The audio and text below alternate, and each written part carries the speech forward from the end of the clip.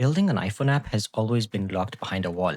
You needed a Mac, you needed Xcode, you needed Swift. And if you had a Windows PC, you are nowhere near the conversation of creating native iOS apps, leave alone launching them. However, with the release of Rork Max, you can now code native iOS Swift apps right from your browser. Now, this is really interesting and it's kind of a break in the norm because you can now vibe code in Swift and launch native apps for iOS right from a web browser. So here are some of the things you can do. You can use LiDAR, you can have widgets, you can have watch apps, tvOS if anyone makes apps for those. We have the Apple Vision OS. And here are some of the advanced features that we're going to be using. So we have widgets, dynamic island, we have even 3D games and 3D objects, which is what I'm going to be focusing on today, making a 3D app. You have Siri, iMessage, Face ID, pretty much the entire hardware on your iPhone device. You can use that because, again, this is literally vibe coding with Swift on a browser. It sounds too good to be true. So in this video, I'm going to be breaking down the entire Rork platform, everything you can do with it, everything you can't do with it. And by the end of this video, you will have an idea on whether if you should spend your time using Rork Max at all to build and ship iOS apps. So let's begin.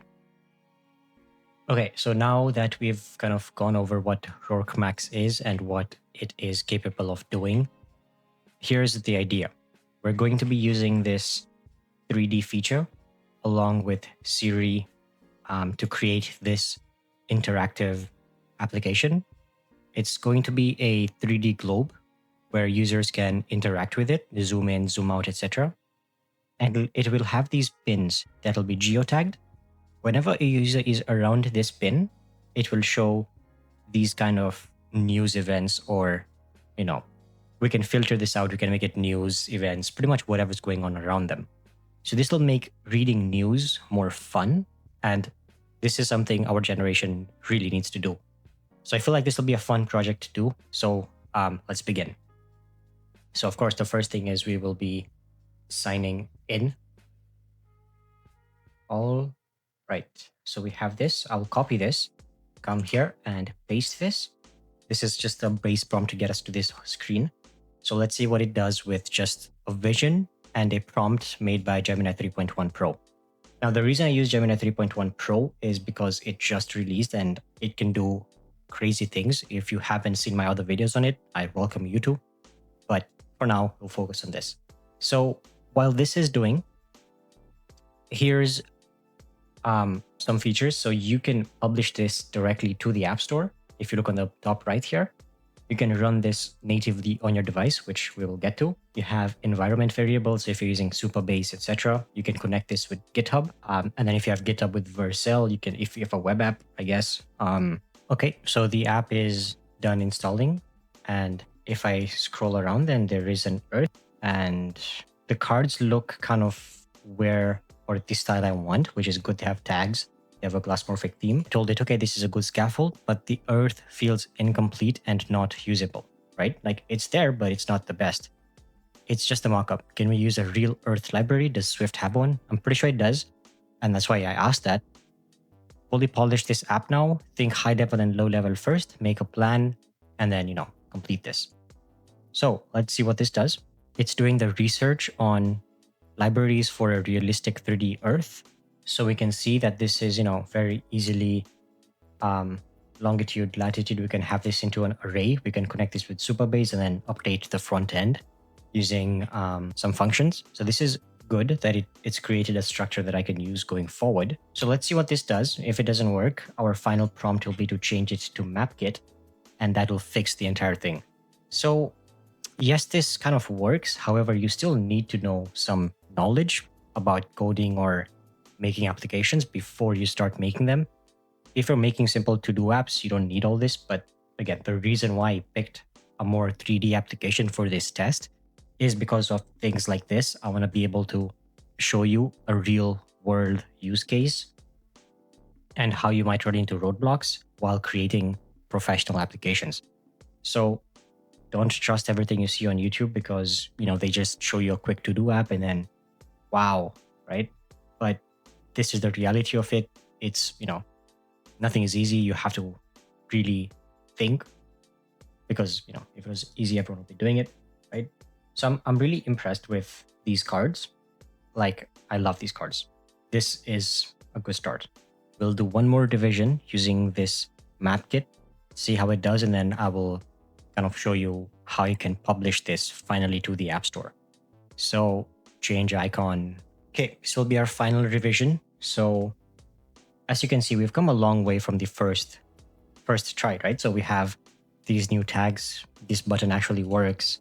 So if I click on a story, ideally it should kind of zoom into these coordinates automatically. Finally, I'm going to ask it why it's not using MapKit, which is iOS's official SwiftUI. I don't know how to explain it, but so I'm asking it why it didn't use that initially, and just telling it, okay, I love everything else, but there's some issues. Make this fully polished, like it can win an editor's choice on App Store. So I hope this fully fixes everything on the app. Otherwise, it's all about prompting, but this is a great first demo.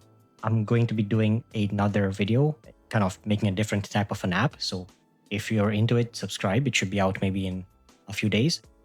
For now, to make a complex 3D application like this, as you can see, just from not that good of prompting, just vibe code prompting styles, it's able to pull this up, which is insane. Anyways, once this is finally done, I will show you what it does. Okay, the final revision is out. It looks a lot nicer. Oh my god, that's crazy. Wow. Okay. So I zoom in here. This is unreal. Okay, if I zoom, okay, if I click on it, it does take me here, which is nice. Let's see how far I can keep zooming in.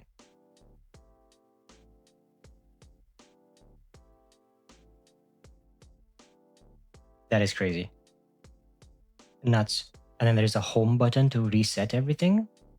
Dude, nuts. Actually crazy. You're telling me I was able to build this in just 3 prompts? That is insane. This is crazy. I might actually just publish this. This is nuts. I might work on this a bit more off video and then upload this and see how this goes. We might make this a series of scaling applications. But damn, this is insane. You can see the only thing I will give as a highlight from this video, if there's anything you take away from it, is this. Sure, you can come up with the most amazing, comprehensive prompts, but if you don't know how coding works or how to kind of make things happen the way you vision it, you might end up with a half-baked application.